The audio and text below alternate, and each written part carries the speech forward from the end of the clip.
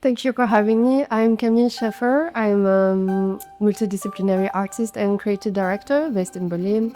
And at Notagallery, I'm showcasing one of my boxes series where I play around with reflection and perception.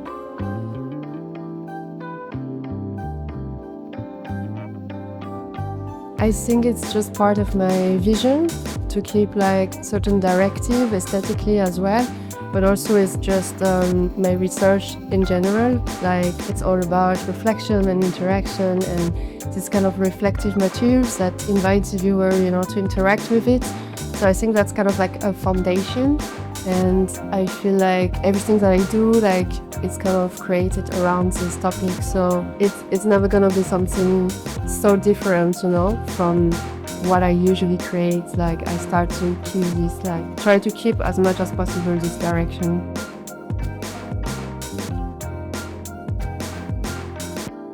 Yeah, so I'm a performer as well. I come from performing arts, so movement is always at the core of like my practice. But instead of performing myself, I kind of use my work to perform itself, actually. So through the reflective materials that I use, so I kind of like, I'm the medium, right, between the artwork and the viewer.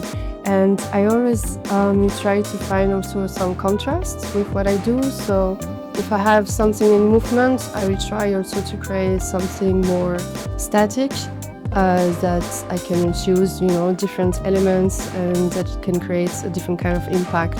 So with the box series, for instance, I have like a solid kind of structure and the inside is more fluid and, in constant motion. So that's how I kind of create movement with it. So when the viewer like walk around, you will have like kind of different effects and you will see it differently based on light and the space. So that's where the movement actually comes from. And it also comes from the audience themselves, since they have to move in the space to kind of like interact with the artwork.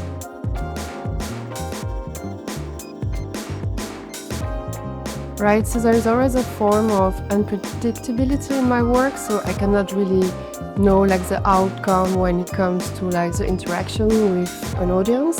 When I create, I think of myself first, how I interact with the artwork, how I can create some sort of movements through the materials and with myself.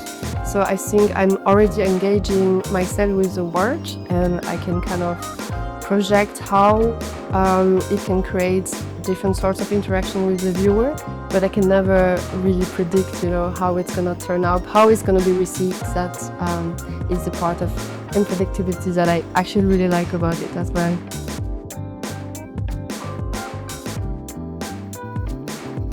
Yeah, I feel the interaction with my work when I create it at my studio is always very intimate. So I feel like a special connection with it. I have also, my own vision of it. So that's actually very personal. And then, of course, I expect like a different kind of experience when it's like out there, when it's an art space or exhibition space. The result is obviously different.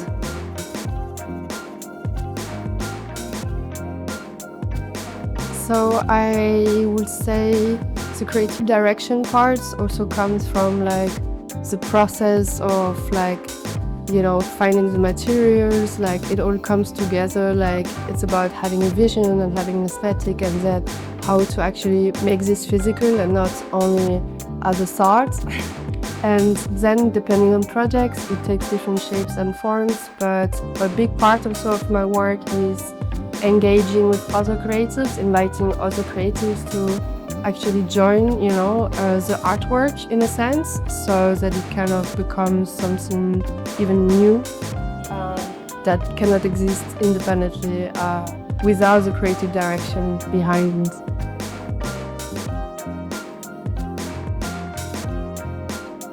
It's often site-specific, so depending on projects, usually I go see the space, I see how it looks like, and then I think, okay, what will fit in that space? Then it's a lot about the lighting as well, like how it's gonna work within that specific space. But when it's existing artworks, I just try to make it work, with what I have.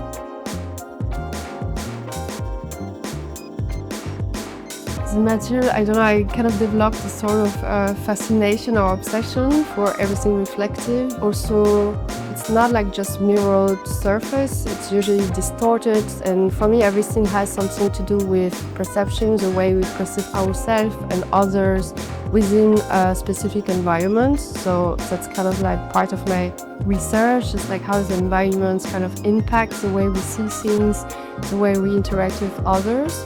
So that's more like a personal kind of interest into this topic, and then I try to find materials that would reflect my research, basically. But it's also a personal interest, so I'm around like always about these topics of self-reflection myself. So it obviously work together kind of with my topic. So it helps me also, kind of develop ideas around it when I have the material and I can play around with it, and it just makes sense to me to work with that.